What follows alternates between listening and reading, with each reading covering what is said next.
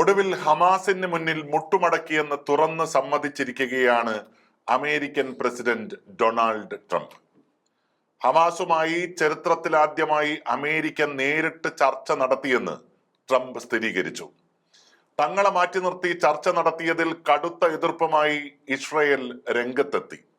ഗാസയുടെ കാര്യത്തിൽ ട്രംപ് ഒറ്റയ്ക്ക് തീരുമാനമെടുക്കുമോ എന്നതാണ് നെതന്യാഹു ടീമിന്റെ ആശങ്ക. എന്തായാലും ഹമാസ് അമേരിക്ക ചർച്ച ഇസ്രയേൽ അമേരിക്ക അഭിപ്രായ വ്യത്യാസത്തിന് കാരണമാകുന്നു എന്നാണ് സൂചന. ഇസ്രയേലിന്റെ എതിർപ്പിനെ ട്രംപ് പ്രതികാര ബുദ്ധിയോടെ കാണുമോ? ട്രംപിന്റെ നീക്കങ്ങളിൽ നെതന്യാഹു സംശയിച്ചു തുടങ്ങിയോ? ഈ ചോദ്യങ്ങളാണ് ഹമാസ് അമേരിക്ക ചർച്ചയ്ക്ക് പിന്നാലെ ഉയരുന്നത്.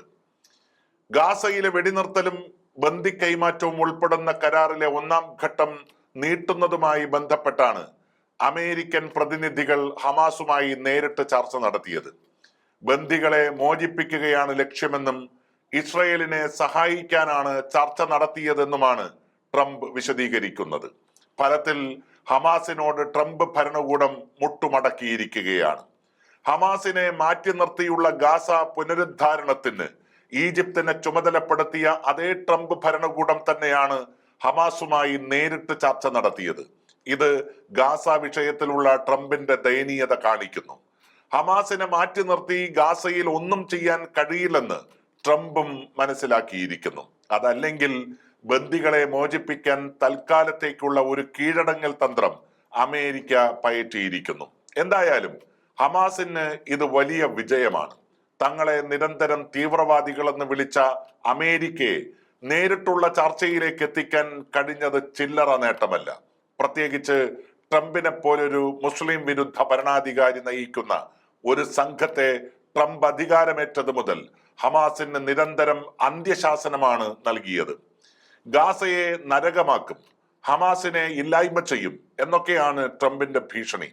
ചരിത്രത്തിൽ ആദ്യമായി നടന്ന അമേരിക്ക ഹമാസ് നേരിട്ടുള്ള ചർച്ചയ്ക്ക് പിന്നാലെയും ട്രംപ് ഹമാസിനെതിരെ അന്ത്യശാസനവുമായി രംഗത്തെത്തി. എല്ലാ ബന്ദികളെയും ഉടൻ വിട്ടയക്കണം, ഇല്ലെങ്കിൽ ഇസ്രയേലിന് ആയുധങ്ങൾ ഉൾപ്പെടെ എല്ലാ സഹായങ്ങളും നൽകും, ഹമാസിന്റെ ഒരംഗത്തെ പോലും അവശേഷിപ്പിക്കില്ല. ഇതൊക്കെയാണ് ട്രംപിന്റെ പുതിയ രൂപത്തിലുള്ള ഭീഷണി. പതിവ് പോലെ ഹമാസ് അന്ത്യശാസനത്തെ പുല്ലുപോലെ തള്ളിക്കളഞ്ഞു. വെടിനിർത്തൽ കരാറിൽ നിന്ന് പിന്മാറാനാണ് ട്രംപും നെതന്യാഹുവും ശ്രമിക്കുന്നതെന്ന് ഹമാസ് വക്താവ് ആരോപിച്ചു.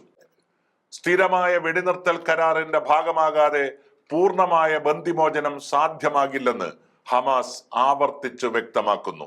എന്തായാലും ട്രംപ് ഭരണകൂടത്തിന്റെ ഹമാസിനോടുള്ള പുതിയ സമീപനം ഇസ്രയേലിനും കടുത്ത തിരിച്ചടിയാണ് നൽകിയിരിക്കുന്നത്. ഗാസയെ നിലം പരിശാക്കാനും ഹമാസിനെ ഇല്ലായ്മ ചെയ്യാനും ആപദം ശ്രമിച്ചു ഇസ്രയേൽ. പക്ഷേ പരാജയപ്പെട്ടു. ബന്ദികളെയും മോചിപ്പിക്കാൻ കഴിഞ്ഞില്ല. ഇതിന്റെ പേരിൽ കടുത്ത എതിർപ്പാണ് ഇസ്രയേലിൽ നെതന്യാഹു ഭരണകൂടം നേരിട്ടത്.